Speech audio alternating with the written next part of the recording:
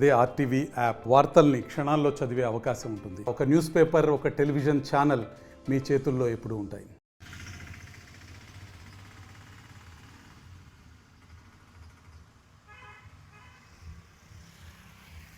రాష్ట్రంలో మా ఎన్డీఏ ప్రభుత్వం చెప్పిన వాటి ప్రకారం కట్టుబడి ముందుకెళ్తా ఉన్నాం.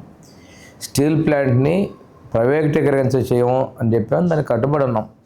ఈరోజు బొత్స సత్యనారాయణ గారు మాట్లాడుతూ స్టీల్ ప్లాంటు మా హక్కు, విశాఖ హక్కు, ఆంధ్రుల హక్కు అని మాట్లాడుతూ ఉన్నాడు.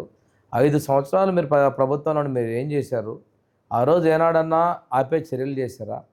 ఈరోజు కేంద్రం నుంచి నిధులు తీసుకురావడంలో కానీ, ఈరోజు దాని లాభాలు తేవడంలో కానీ మేము విజయవంతమయ్యాం. ఇది మేము ఎప్పుడు కూడా ప్రైవేటీకరించబోము అని మేము స్పష్టంగా చెప్తున్నాం. దాన్ని ఏదో రాద్ధాంతం చేస్తా మీరు పెద్ద మాట్లాడటం ఇది తగదు. మీరు చేసినటువంటి దానికి మీరు ప్రతిపక్షంలో కూర్చున్నారనే విషయాన్ని మీరు గమనించుకోండి.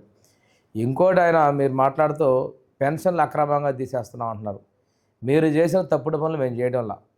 పెన్షన్లు ఎవరైనా తప్పుడు సర్టిఫికేట్లు ఉన్నటువంటి వెరిఫై చేస్తున్నారు.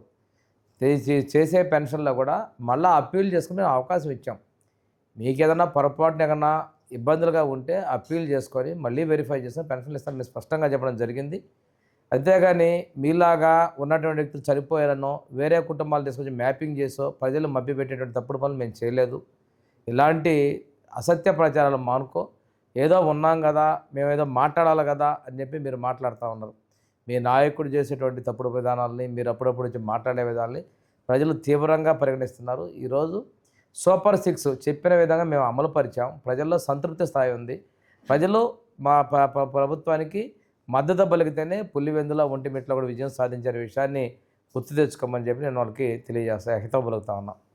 మరిన్ని వీడియోస్ కోసం ఛానల్ ని సబ్స్క్రైబ్ చేయండి. లేటెస్ట్ అప్డేట్స్ కోసం వాట్సాప్ ఛానల్ ని ఫాలో అవ్వండి. ఆ లింక్ డిస్క్రిప్షన్ లో ఉంది.